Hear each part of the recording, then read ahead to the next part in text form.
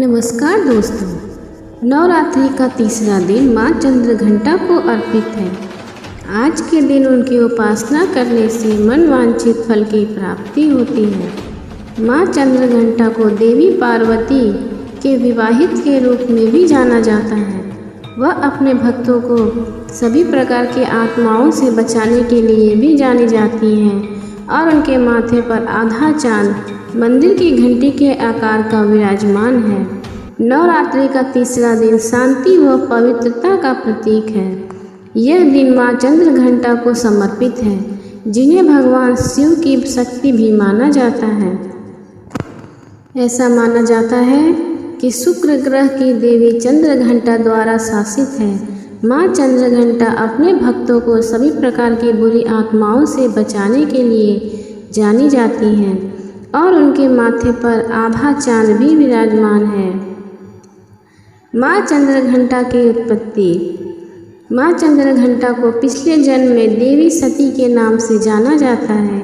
इस अवतार में उनका विवाह भगवान शिव से हुआ था और तब उनके पिता ने भगवान शिव का अपमान किया था, जिस कारण से उन्होंने अपने प्राण त्याग दिए।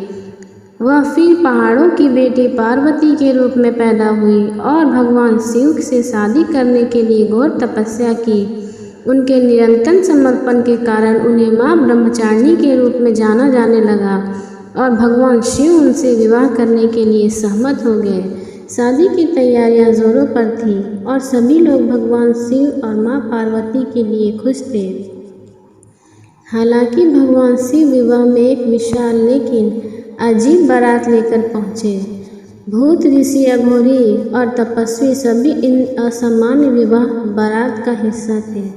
स्वयं भगवान शिव के गले में कई सर्प थे और उनके पूरे शरीर पर राख लगी हुई थी। इसके अलावा भगवान शिव के बालों में भी सांप थे, जो उन्हें डरावना और भयावह रूप देता था।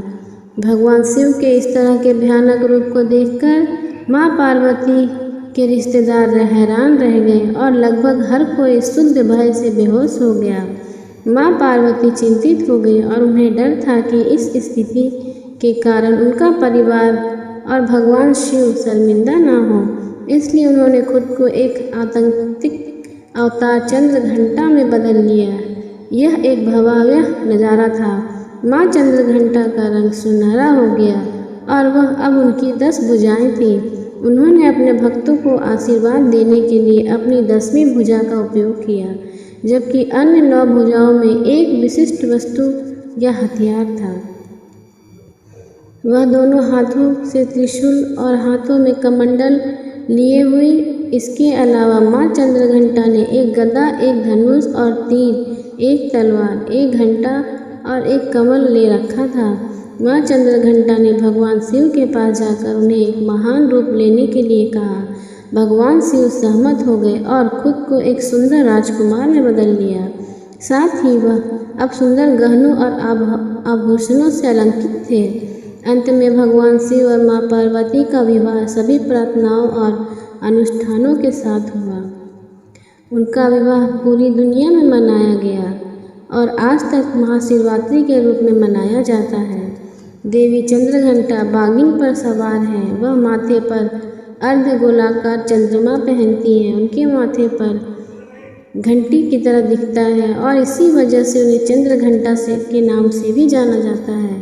उन्हें 10 हाथों से चित्रित किया गया है। देवी चंद्रघंटा अपने 4 बाएं हाथों में त्रिशूल, गदा, तलवार और कमंडल रखती हैं और 5वें बाएं हाथ को वज्र मुद्रा में रखती हैं। वह अपने 4 दाहिने हाथों में कमल का फूल, तीर, धनुष और जप माला धारण करती हैं और 5वें दाहिने हाथ को अभय मुद्रा में रखती हैं। देवी पार्वती का यह रूप शांत और भक्तों का कल्याण करने के लिए है। इस रूप में देवी चंद्रघंटा अपने सभी हथियारों के साथ युद्ध के लिए तैयार है। ऐसा माना जाता है कि उनके माथे पर चंद्र घंटी की आवाज़ उनके भक्तों से सभी प्रकार की आत्माओं से दूर करती है। शुक्र ग्रह, जो आपको दुनिया में सभी सुख देगा और लोगों को उनके जीवन में सहज बनाएगा। चंद्रघंटा की कृपा से आप सभी धन और समृद्धि को अपने रास्ते में पाएंगे, एक शानदार जीवन पाएंगे।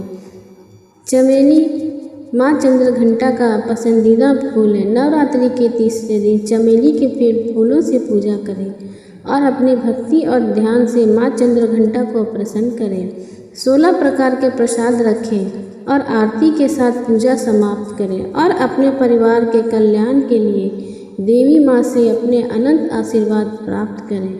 बोलो जय चंद्रघंटा माँ की जय।